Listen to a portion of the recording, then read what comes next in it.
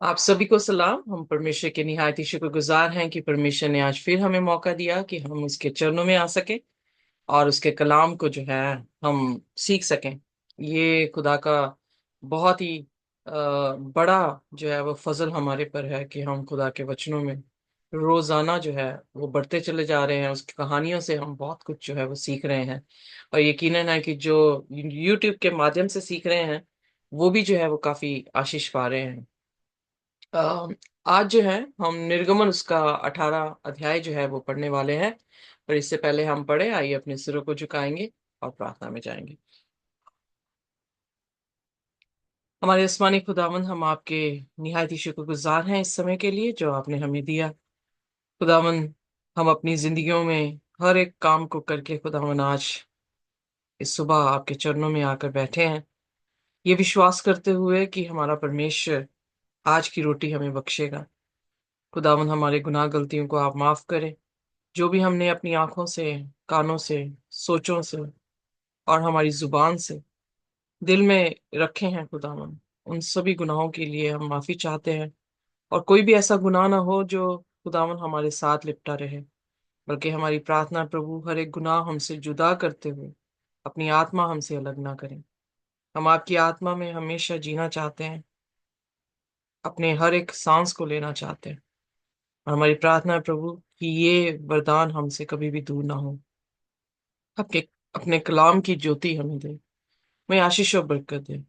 जब आज हम पढ़ने जा रहे हैं खुदावन, आप बोलें, हम सुने, आप बढ़े हम घटे। इस प्रार्थना को यीशु के नाम से मांगते हैं, आमीन। सो आइए देखते हैं निर्गमन उसका 18 अध्याय। Oh I am so sorry, मेरी classes are not that one. 18 अध्याय और उसकी पहली आयत पढ़ते हैं। जावेश, जी, इसे सिमरन आप do you want to read? Any one of you.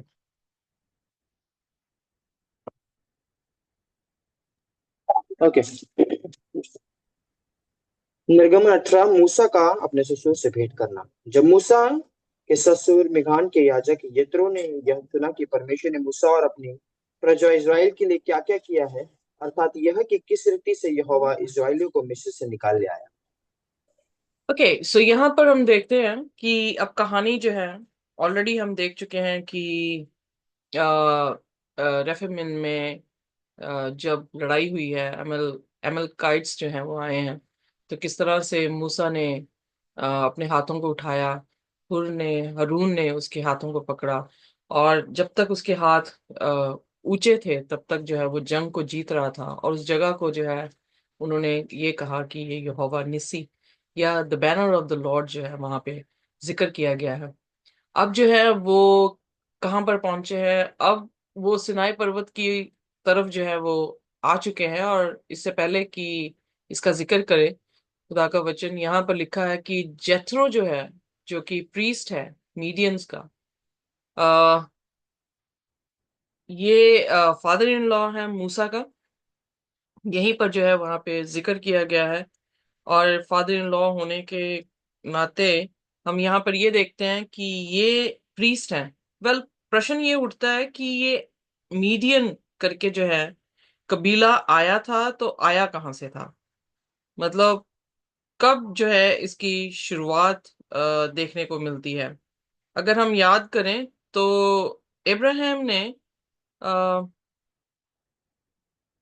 कटूरा के साथ जो है वो शादी की थी, और कटूरा के जो बच्चे हुए हैं उन बच्चों में से एक मीडियन थे। सो ये विश्वास किया जाता है कि जो जेथरो है वो इब्राहिम का ही डिसेंडेंट है, इब्राहिम की ही संतान है, जो कि सारा से नहीं, कटूरा से जो है वो आई थी। और यहाँ पर हम ये भी देखते हैं कि ये जो प्रीस्ट है जेथरो, ये खुदा का ही प्रीस्ट है और खुदा पर विश्वास करता है। और अब जो है हम देख रहे हैं कि जिफोरा को, जो कि उसकी पत्नी है, उसको लेकर वापस आया है। वेल, जिफोरा जो है कब वापस अपने घर में भेज दी गई इसका जिक्र जो तो वो नहीं आता है, पर हमें लास्ट बार जो इसका जिक्र आया है वो एक्सोडस 4 अध्याय उसकी 24 आयत में आया है जब परमेश्वर का दूत जो है इन दोनों बच्चों को जो इसके थे, मूसा के थे, उनको जो है वो मारने के लिए आते हैं और उनका सरकमसीजन जो है वो किया जाता है, खतना किया जाता है, और जिफोरा ही करती है। और जिफोरा वहां पर जो है वो कंप्लेन के मतलब शब्द जो है, ये उसकी टोन है, वो कंप्लेनिंग है। सो आइए देखते हैं उत्पत्ति, सॉरी, निर्गमन, इसका 4 अध्याय और उसकी 24 आयत।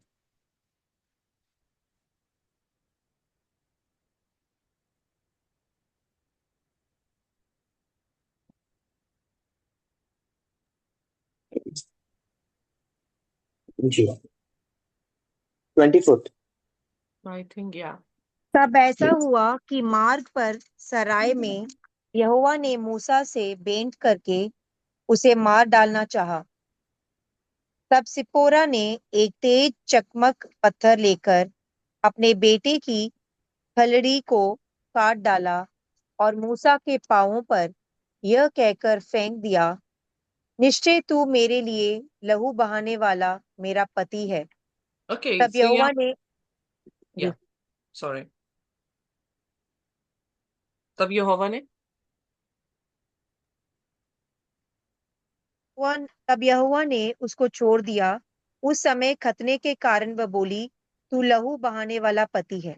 ओके, सो यहाँ पर हम देख रहे हैं कि जो शब्द वो बोल रही है, वाजिब है कि वो शब्द जो है उसके प्यार से तो बोल नहीं रही है। सो वो काफी खिंची हुई है, और उसने जो है तौमत अपने पति पर लगाई है कि लाइक खतना जो है उसके लिए जो है, आई थिंक इसीलिए बच्चों का खतना भी पहले नहीं हुआ होगा, क्योंकि जिफोरा जो है इस बात से रजामंद नहीं थी। दूसरी बात हम ये देखते हैं कि वही लास्ट इंसिडेंस है जहां पर जिफोरा का जो है वो वर्णन आया। उसके बाद जिफोरा जो है कहीं नहीं दिखी है, उसके बाद अभी दिखी है 18वें अध्याय में। तो यहाँ पर जो है इसका मतलब मूसा ने जिफोरा को जरूर अपने पिता के पास जो है वो भेज दिया होगा, क्योंकि यकीनन है कि शायद बहुत सारे थियोलॉजियन ये अनुमान लगाते हैं कि कई बार जो है औरत सुंदर हो तो उसको अपनी, क्योंकि राजे जो है वो जो भी औरत उन्हें अच्छी लगती थी उनको जो है वो ले लेता था, तो किसी भी कारण वो कमजोर पड़े, उसने अपने बच्चे और अपनी बीवी को जो है उसके पिता के पास जो है वो भेज दिया। इसलिए यहाँ पे जिक्र आ रहा है कि जब खुदा ने जो कुछ भी मूसा और उसके लोगों के साथ किया उसकी न्यूज जो है उन तक पहुंची है। तो उसके बाद जो है उसका जो ससुर है, जेथरो, वो उसकी वाइफ को और उसके बच्चों को जो है वो वापस लेकर आया। आइए मैं सद एक बार पढ़ दें उत्पत्ति उसका 25 अध्याय और उसकी पहली से दूसरी आयत। वहां पर हम देखेंगे कि जो कटूरा का बच्चे हैं उनमें से एक बच्चा जो है वो मीडियन भी है। पढ़ दे मेरे साथ। जी। अब्राम के अन्य वंशज। तब अब्राम ने एक और पत्नी ब्याली जिसका नाम कतूरा था। उससे जिम्रान, योशान, मदना, मिधान, यिशबाक और शू उत्पन्न हुए। ओके, योशान से शबाक। बस दैट्स इट। बस इतना ही ना। तो यहाँ पर अंडरलाइन किया जा सकता है कि मीडियन करके जो है वहां पे एक बेटा जो है पैदा हुआ। सो वहां से मीडियनाइट्स जो है वो उनका जो है ओरिजिन जो है वो हुआ है। सो यहाँ पर इतनी बात क्लियर है, हम इंट्रोड्यूस कर चुके हैं अपने आप को। जिफोरा कौन है? जिफोरा के दो बच्चे हैं। दो बच्चों में एक गर्शोन है, दूसरा इलियाजर है। और फादर इन लॉ जो है वो मीडियन है, ये भी इब्राहिम का डिसेंडेंट है, और मूसा भी जो है वो इब्राहिम का डिसेंडेंट है। मूसा जो है दूसरी इब्राहिम की दूसरी पत्नी सारा से है, और मीडियन जो है वो इब्राहिम की अलग पत्नी यानी दूसरी लास्ट पत्नी कटूरा से जो है वो है। तो माइक्रोफोन ऑन है आपका, सो आइए देखते हैं अब उसके तीसरे वचन से।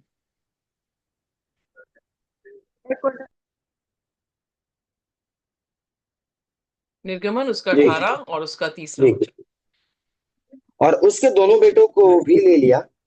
इनमें से एक का नाम मूसा ने यह कहकर गोशेम रखा था, मैं अन्य देश में परदेशी हुआ हूँ।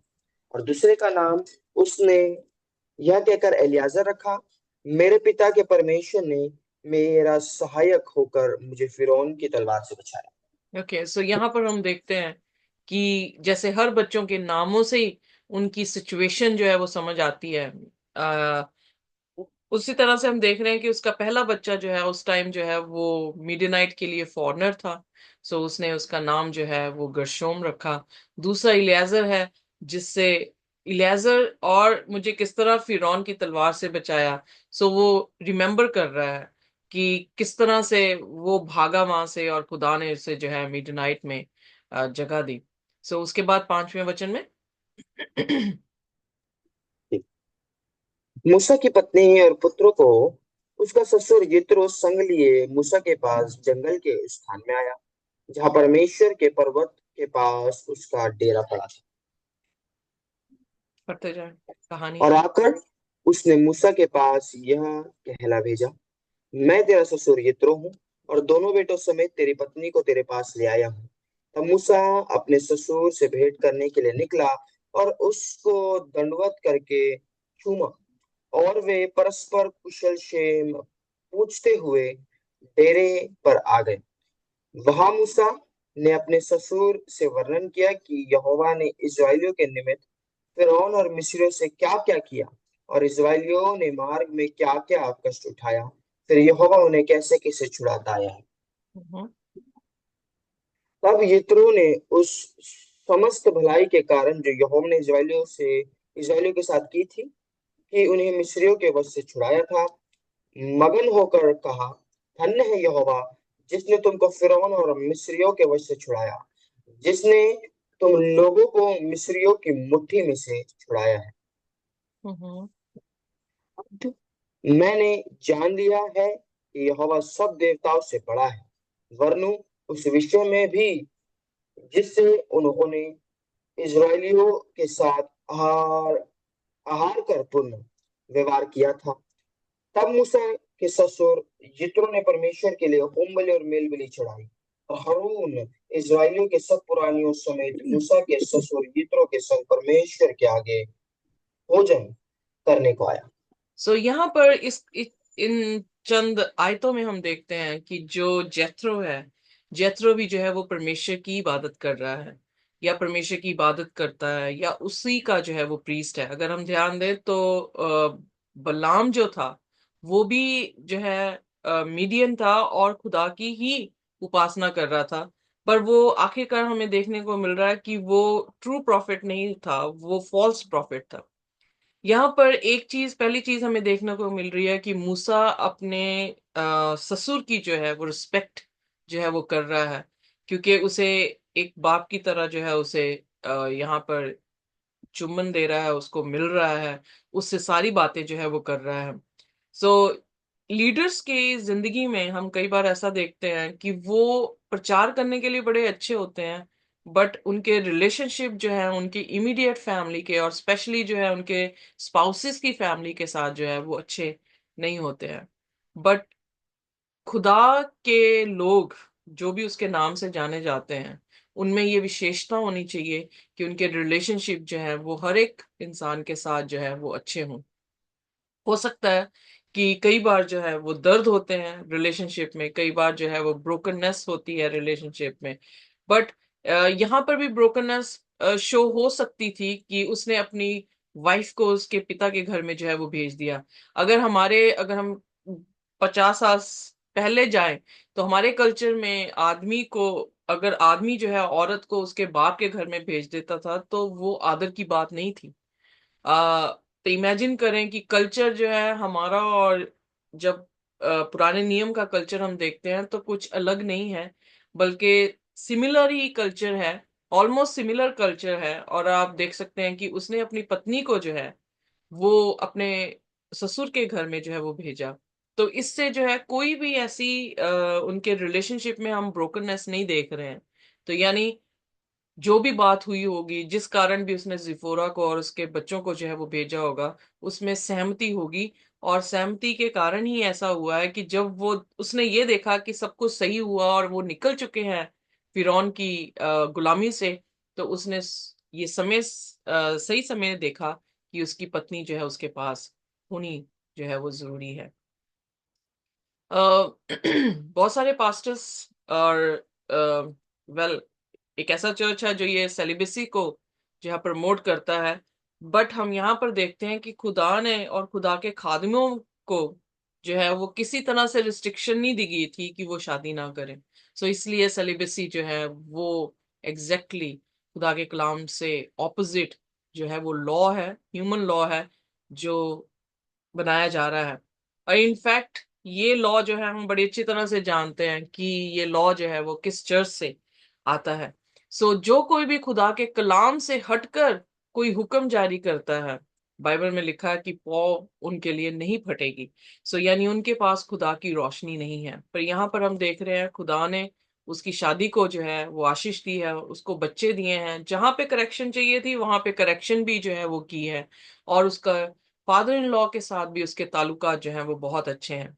और जब वो मिलते हैं तो बातचीत में वो खुदा की टेस्ट मनी जो है वहां पर दे रहे हैं कि खुदा ने किस तरह से हमें जज छुड़ाया। और जब जैथरो जवाब दे रहा है तो जैथरो कह रहा है कि हर देवी देवताओं से ऊंचा जो है वो सचमुच में खुदा है।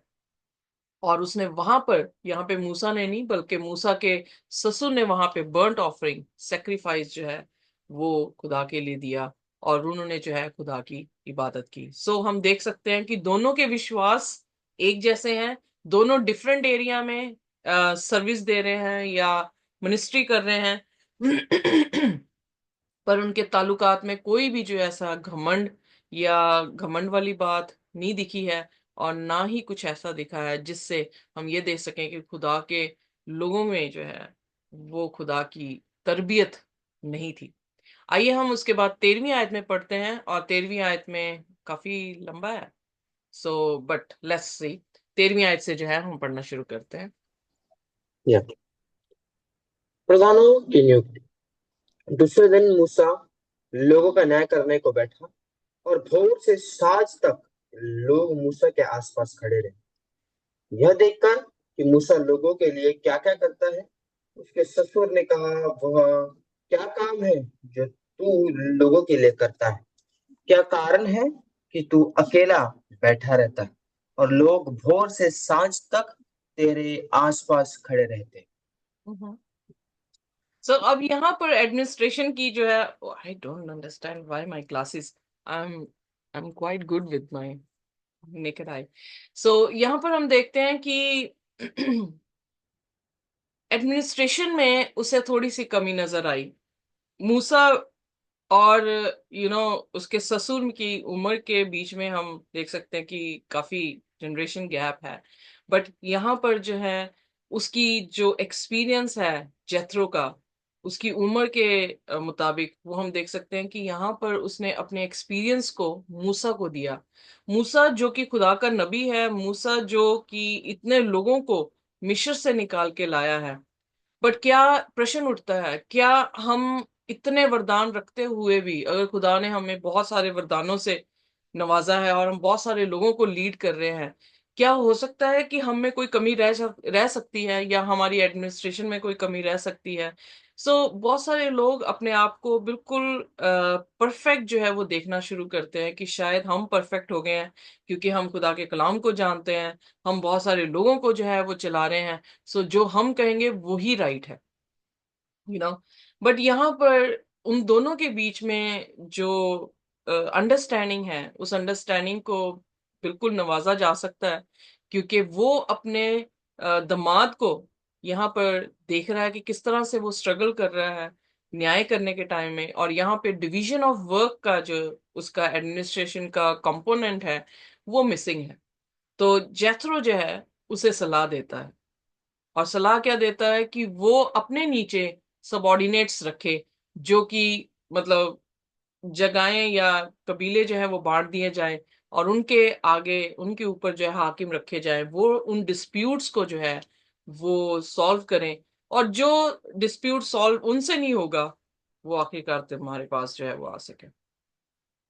सो क्या मूसा इस बात से गुस्सा होता है या मूसा जो है उसे यू नो कुछ बुरा कह के उसे भेज देता है? आइए देखते हैं आगे। यस। मूसा ने अपने ससुर से कहा, इसका कारण यह है कि लोग मेरे पर मूसा ने अपने ससुर से कहा, इसका कारण यह है कि लोग मेरे पास परमेश्वर आपकी से आवाज पूछने आते हैं। बहुत दूर से आ रही है। अब क्लियर है? थोड़े नाउ नजदीक। क्लियर? या ठीक है। जी। Thank you. मूसा ने अपने ससुर से कहा, इसका कारण यह है कि लोग मेरे पास परमेश्वर से पूछने आते हैं। पढ़ते जाएं क्योंकि जब कहानी। जब जब जब उनका कोई मुकदमा होता है, तब तब वे मेरे पास आते हैं, और मैं उनके बीच न्याय करता और परमेश्वर की विधि और व्यवस्था उन्हें समझाता। हम्म। मूसा के ससुर ने उससे कहा, जो काम तू करता है वो अच्छा नहीं। इससे तू क्यों, वरनु ये लोग भी जो तेरे संग हैं निश्चय थक जाएंगे, क्योंकि ये काम तेरे लिए बहुत भारी है। तू इसे अकेला नहीं कर सकता, इसलिए अब मेरी सुन ले। मैं तुझको सम्मति देता हूँ, और परमेश्वर तेरे संग रहे। तू इन लोगों के लिए परमेश्वर के सम्मुख जाया कर, और इनके मुकदमों को परमेश्वर के पास तू पहुंचा दिया कर। इन्हें विधि और व्यवस्था प्रकट कर करके जिस मार्ग पर इन्हें चलना और जो जो काम इन्हें करना हो, वह इनको जता दिया कर। फिर तो इन सब लोगों में से एक फिर तो इन सब लोगों में से ऐसे पुरुषों को छांट ले, जो गुणी और परमेश्वर का भय मानने वाले, सच्चे और अन्याय के लाभ से घृणा करने वाले हो, और उनको हजार हजार, सौ सौ, पचास पचास और दस दस मनुष्य पर प्रधान नियुक्त कर दे। हम्म। और और वे सब समय इन लोगों का न्याय किया करें, और सब बड़े बड़े मुकदमों को तो तेरे पास ले आया करें, और छोटे छोटे मुकदमों का न्याय आप ही किया करे। तब तेरा बोझ हल्का होगा, क्योंकि इस बोझ को वे भी तेरे साथ उठाएंगे। हम्म। यदि एग्जैक्टली। अब यहाँ पर जो है जेथरो ने उसे डिवीजन ऑफ वर्क जो है वो करने को कहा, और उसने टोलियां जो है बनाई हैं, और उस टोलियों की गिनती उसने दिखाई कि 100 के बीच में, 50 के बीच में, 10 के बीच में ऐसे जो है लोग चुन ले, जो खुदा पर भरोसा करते हैं और ट्रस्टवर्दी हैं, ऑनेस्ट हैं, जो खुदा के काम को कर सकते हैं। और क्या कर कि अपने काम को जो है वो डिवाइड कर दे। अदरवाइज क्या होगा कि तू थक जाएगा, और इवन जो लोग तेरे साथ हैं वो भी थक जाएंगे, क्योंकि एवरीडे अगर हम बैठे हैं, सपोज करें एवरीडे हम बैठे हैं सुबह से लेकर शाम तक, हम कुछ जन जो यहाँ पर बैठे हैं वो न्याय करते जाएंगे, तो क्या होगा? We'll get tired. अब कई बार जो है मुझे कहते हैं कि वेनेसडे की छुट्टी ना किया करें, कंटिन्यूस करा करें, बट बॉडी क्या हो जाती है? थक जाती है, क्योंकि सातों दिन जो है खुदा के कलाम को सुनाना, और सातों दिन ये रिस्पॉन्सिबिलिटी होनी कि खुदा के कलाम के बारे में बातचीत करनी और काम भी करना, और पूरा दिन जो है वो काम पे निकल जाना, तो शरीर क्या करता है? वीक हो जाता है, शरीर थक जाता है। तो इसलिए हमने क्या किया, एक छुट्टी जो है वो बीच में ली है। पर इमेजिन करें कि इनकी भी स्थिति ऐसी है। मैं जब इस कहानी को पढ़ रही थी तो मेरा ध्यान गया पहला कुरिन्थियों उसके 12 अध्याय में, जहां पर परमेश्वर ने जो है वो वरदानों का जिक्र किया है, और वरदान जो कि वो अपनी इच्छा के अनुसार लोगों को जो है वो दे रहा है। कुछ उसका उसकी एनालॉजी जो है वो एक देह के साथ की गई है, जिस देह में बहुत सारे अंग हैं, और हर एक अंग जो है वो अलग अलग कार्य कर रहे हैं। जैसे मेरी देह में जो है वो आंखें हैं, ऐसा नहीं है कि सारा की सारी देह जो है वो आंखें बन गई है। मेरी देह में आंखें हैं, हाथ हैं, जुबान है, कान है, मुंह है, और मेरा दिमाग है। सो हम देख रहे हैं कि खुदा ने कहा कि कलीसिया उसकी देह है, और हम सभी जो हैं उसके अंग हैं। तो खुदा ने क्या किया है, अपने एडमिनिस्ट्रेशन में उसने काम को जो है वो डिवाइड कर दिया है। उसी तरह से यहाँ पर हम देख सकते हैं कि जो सलाह जेथरो ने मूसा को दी है, इसका मतलब वो सचमुच में खुदा के बीच में काफी स्ट्रांग है, खुदा को जानता है, उसको समझता है, और उसके एडमिनिस्ट्रेशन को भी समझता है, और उसने वो ख्याल जो है वो मूसा के सामने जो है वो रख दिया है। सो इसलिए कभी भी ऐसा नहीं है, कभी भी आप देखेंगे कि वन मैन शो खुदा नहीं करता है, बल्कि हमेशा खुदा जो है वो अपने काम को डिवाइड करते हैं। मत्ती उसकी 28 उसकी 19 आयत से जब हम पढ़ते हैं, तो वहां पर भी यीशु मसीह जाने से पहले अपने चेलों को ये आदेश देके गए कि जाओ सारे जगत में जाकर सुसमाचार सुनाओ, और जो कुछ मैंने तुम्हें सिखाया है उन्हें तुम सिखाओ, पिता पुत्र पवित्र आत्मा के नाम से उन्हें बपतिस्मा दो। सो डिवाइड कर रहे हैं काम को। और वो डिवीजन जो थी उस उन 12 चेलों, और 12 चेलों के बाद 120 चेले जो है वो पेंतिकॉस के दिन ऊपरले कमरे में जो है वो बैठे दुआएं कर रहे थे। पेंतिकॉस का दिन आया, पवित्र आत्मा उन पर आया, और जो लोग अलग अलग देशों से वहां पर जुड़े हुए थे उन सभी को उनकी भाषाओं में जो है वो कलाम सुनाया गया। वो डिवीजन हुई और फिर वो अपने अपने देशों में गए और उन्होंने जाके वहां वहां जाके प्रचार सुनाया। सो खुदा जो है और उसकी योजना जो है, शुरुआत से ही हम देख रहे हैं। जब बागे अदन में खुदा ने आदम और हवा को बनाया तो उन्होंने क्या कहा, कि जाओ सारी धरती को क्या कर दो, भर दो। फिर हम देखते हैं निम्रोद ने एक ब्रुज बनाया जो बाबुल का था, और उस ब्रुज में भी कंफ्यूजन डाल के खुदा ने क्या कहा, पूरी धरती को भर दो। सो खुदा हमेशा जो है वो एक्सपेंड एक्सपैंड जो चीजें कर रहा है वो हॉरिजॉन्टली कर रहा है, और वर्टिकली नहीं कर रहा। मतलब ब्रुज ऊपर को नहीं बन रहा था, उसने इंसानों को धरती में जो है वो फैलाने की जो है वो बात की। तो एवरी टाइम जो भी वो काम कर रहा है हम ये देखते हैं कि वो डिवीजन ऑफ वर्क दे रहा है। टैलेंट्स भी इसीलिए दिए गए हैं ताकि उसके काम को पूर्ण किया जा सके। फॉर एग्जाम्पल, अगर हमारे इस ग्रुप में सभी जो है एक ही वरदान लेके बैठेंगे तो वो एक खुदा की देन नहीं बन सकता। सो हमारे ग्रुप में भी हर एक के अपने अपने वरदान होंगे, हर एक की अपनी अपनी जो है वो क्वालिटीज होंगी, जिसके जरिए से खुदा अपने काम को जो है वो ट्रांसपोर्ट कर रहा है या खुदा के काम को जो है वो बढ़ावा दिया जा रहा है।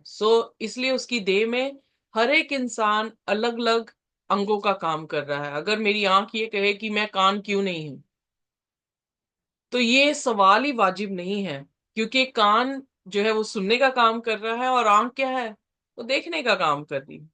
अगर मेरे हाथ कहें कि मैं पैर क्यों नहीं हूं, तो यहाँ पर जब कलीसियाओं में ये जो कंफ्यूजन या कॉन्फ्लिक्ट आता है कि हम जो है इसके जैसे क्यों हैं, क्यों नहीं है, तो वो जो तरबियत है वो खुदा की तरबियत नहीं है। क्योंकि खुदा की तरबियत में हर एक इंसान डिफरेंट है और हर एक इंसान को डिफरेंट जो है वो टैलेंट दिया गया है, ताकि वो मुकम्मल खुदा की शरीर को या मुकम्मल खुदा की कलीसिया को जो है वो बना सके। यहाँ पर वही चीज जो है जित्रो ने जो है वो मूसा से कही कि तू क्या कर, इस काम को जो है वो बांट दे और अलग अलग लोगों को इस्तेमाल कर। अलग अलग उनके अपने क्रिएटिव माइंड्स हैं, अपने उनके जो है वो वे ऑफ जजिंग है। So give them a work, पर उनका शर्त क्या रखी कि वो लोग परमेश्वर से डरने वाले हों, वो लोग खुदा के लिए ट्रस्ट वर्दी होने चाहिए जिनको तू चुनता है एज अ जज। और वो जजेस जो है वो माइनर माइनर जितने भी केसेस आते हैं उनको सॉल्व करेंगे। पर अगर कोई ज्यादा बड़ा केस होगा वो नहीं सॉल्व कर सकते तो वो तुम्हारे तेरे पास जो है वो लेकर आ सकते हैं। आइए देखिए 24 आयत में क्या मूसा एग्री होता है कि डिसएग्री होता है। 23। ओके। यदि तो यह यदि तो यह उपाय करे और परमेश्वर तुझको ऐसी आज्ञा दे तो तू ठहर सकेगा और ये सब लोग अपने स्थान को कुशल से पहुंच सकेंगे। अपने यहाँ पर ससुर 2 मिनट, ये भी बहुत इंपॉर्टेंट चीज है। उसने राय दे दी, पर उसने क्या कहा कि अगर तुझे पसंद आए और खुदा तुझे इसी की आज्ञा दे दे। यानी हम राय ले सकते हैं, पर इंक्वायर किससे करना है, खुदावंद खुदा से इंक्वायर करना है। क्योंकि या किसको लीड कर रहे हैं, खुदा की कलीसिया को लीड कर रहे हैं। खुदा ने हमें काम दिया, इसका मतलब ये नहीं कि हम ही खुदा बन जाए। सो वेट अ मिनट, विकेरियस फिलेडाई, जब हम छः छः छः प्रकाशित वाक्य 13 अध्याय में आंकड़ा देख रहे थे, तो वो 666 आंकड़ा जो है उसकी कैलकुलेशन एग्जैक्टली लैटिन शब्द में जो पोप के टोप में लिखा गया है विकेरियस फिलेडाई, उसका जो है कैलकुलेशन देखने को मिला है। अब विकेरियस फिलेडाई है क्या एक्चुअली, उसका मतलब ये है कि एक इंसान खुदा की जगह पर।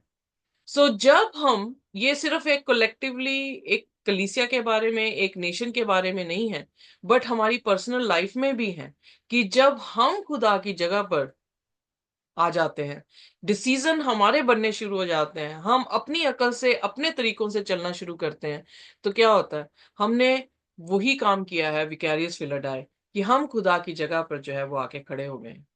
खुदा के मंदिर में, ये खुदा का मंदिर है, बाइबल में लिखा, पहला कुरिन्थियन उसका 3 उसकी 16 में, कि तुम्हारी देह खुदा का मंदिर है। हम खुदा के मंदिर में खुद ही क्या बन गए हैं, खुदा बन गए। सो इसीलिए बाइबल में लिखा, तुम नहीं जानते कि तुम्हारी देह खुदा का मंदिर है, खुदा का आत्मा इसमें वास करता है। जो कोई इसको नाश करेगा, उसे क्या किया जाएगा, उसे भी नाश कर दिया जाएगा। जो एनालॉजी है वो ये दिखाने की कोशिश कर रहा है कि खुदा का मंदिर ये है। हम भी वो पोप कई बार बन जाते हैं जिसके टॉप पे ये लिखा है विकैरियस फिलरडाई, कि हम खुदा की जगह पे आके खड़े हो गए। सो बी वॉचफुल। हम सुन सकते हैं लोगों की राय, अगर वो राय खुदा के कलाम के साथ मैच नहीं करती है, तो वो खुदा की रजा के अनुसार नहीं है। जब हम यकूब की पत्री पढ़ रहे हैं 4 अध्याय की 4 आयत में, तो वहां पर क्या कह रहा है, आइए देखें, यकूब उसका 4 अध्याय और उसका 4वां वचन।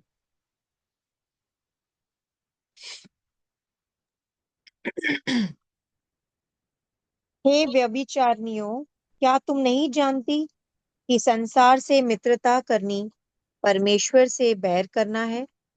अतः जो कोई संसार का मित्र होना चाहता है, वह अपने आप को परमेश्वर का बैरी बनाता है। या एग्जैक्टली। सो यहाँ पर क्या हो रहा है कि जब हम संसार के साथ मित्रता कर लेते हैं, संसार किसको दिखाता है, पाप को दिखाता है। संसार का परमेश्वर कौन है या ईश्वर कौन है, शैतान को दिखाता है। सो दूसरे शब्दों में, जब हम उसकी सुनने लग जाते हैं, तो हमने किसके साथ वैर कर लिया। हम कई बार जो है वो छोटी छोटी चीजों में भी हम इतने सेंसिटिव नहीं अपने आप को बना पाते कि यू नो कई बार ऐसा महसूस, मैं कैसे शब्दों में इसको डालूं, कि कई बार हमारी छोटा सा घमंड हमारी जिंदगी में आना, चाहे वो अपने देश को लेकर हो, चाहे देश की औरतों को लेकर हो, जिन्होंने जहाज उड़ाए और उन्होंने जो है लोगों को मारा है। तो कई बार जो है ऐसा होता है कि उस छोटे से घमंड को भी जब हम लेकर आते हैं, तो हमने क्या किया, हमने खुदा की रजा के साथ कॉन्फ्लिक्ट जो है वो क्रिएट कर दिया। जो कि हम यकूब उसके 4 अध्याय उसकी 1 आयत में हम पढ़ते हैं कि वो मसीहों से कह रहा है कि तुम में लड़ाई झगड़े जो है वो कब से आ गए, तुमने कैसे लड़ाई झगड़ों को उत्पन्न जो है वो कर लिया। तो उसने फिर कहा, क्योंकि तुमने संसार के साथ मित्रता की है, जिसके कारण तुम्हारी दुश्मनी किसके साथ हुई है, परमेश्वर के साथ दुश्मनी जो है वो हो गई है। इसलिए हमारे एक्शंस में, हमारे कामों में, हमें ध्यान से अपने कामों को जो है वो करना चाहिए। इसीलिए जेथरो ने बहुत ही अच्छी जो है उसे एडवाइस दी है, और यहां से पता लगता है कि वो खुदा से डरने वाला, खुदा का दास है और समझदार है, जिसने ये कहा, if you do this and God so commands you, अगर तू ये करता है और अगर खुदा भी तुझे ऐसी हिदायत देता है, तो तू क्या करेगा, इनको कुशल से, कुशल कैसे आता है, शांति कैसे आती है, कॉन्फ्लिक्ट के ऑपोजिट, जैसे हमने ऑलरेडी सीखा वॉर है, तो कॉन्फ्लिक्ट सॉरी के ऑपोजिट जो है पीस है। तो कॉन्फ्लिक्ट तभी होता है जब हम खुदा की रजा के साथ जो है वो नहीं चल रहे होते। पर पीस कैसे आता है, खुदावन यीशु मसीह ने कहा, मैं अपनी पीस तुम्हें दिए जाता हूँ। और पीस कैसे आता है, पीस खुदा की आत्मा से आता है, और उसकी आत्मा किसके साथ आती है, जो उसके ओबे करते हैं। प्रेरितों के काम उसके आई थिंक 5 उसकी 32 आयत में लिखा है कि खुदा उन्हें पवित्र आत्मा देता है जो उसके हुक्मों को मानते हैं। सो जो उसकी रजा के साथ चलते हैं, खुदा उनके साथ जो है वो चलता है। इसलिए ये आदेश जो है जेथरो का ये दिखाता था कि वो खुदा से सचमुच में मोहब्बत करता है, खुदा को जानता है, उसे समझता है, और उसकी राय जो है वो अगर खुदा के कलाम के साथ सही है, तो उसे मानने के लिए जो है अपने दामाद से कहता है। तो 24 आयत में मूसा क्या कर रहा है?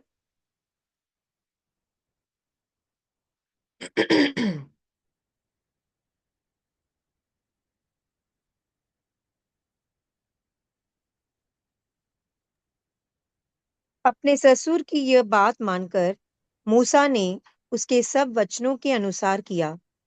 अतः उसने सब इस्राएलियों में से गुनी पुरुषों को चुनकर उन्हें हजार हजार, सौ सौ 50-50, 10-10 लोगों के ऊपर प्रधान ठहराया, और वे सब लोगों का न्याय करने लगे।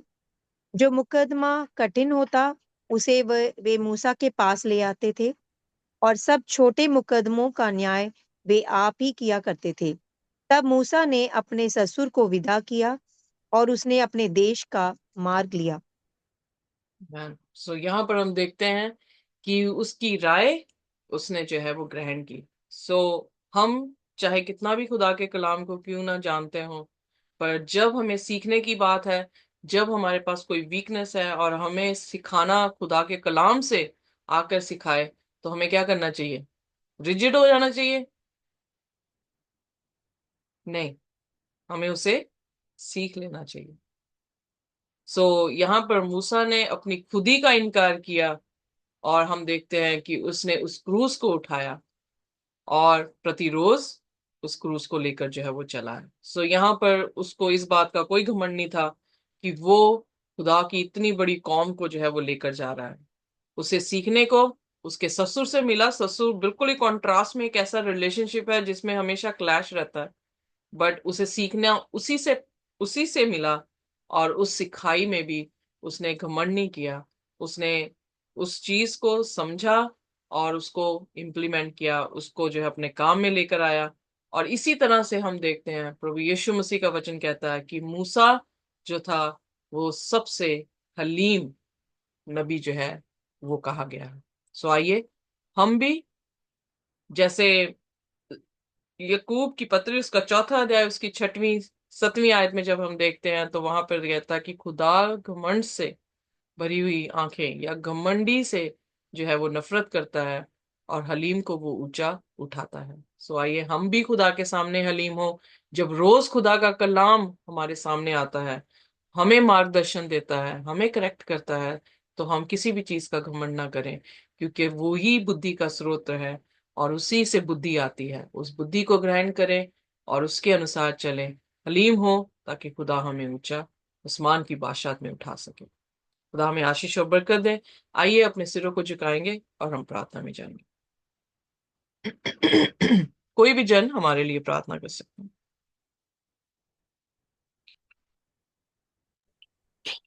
Let's pray. हमारे स्वर्गीय पिता खुदावंद, आपका धन्यवाद हो यीशु मसीह। आपके नाम सब नामों में आला है परमेश्वर, आपका नाम सब नामों में श्रेष्ठ है। खुदाबंद आपकी इबादत, आपके नाम को जलाल, आपकी स्तुति प्रशंसा करते हैं, और खुदाबंद यीशु मसीह के नाम से परमेश्वर के समीप हम आते हैं।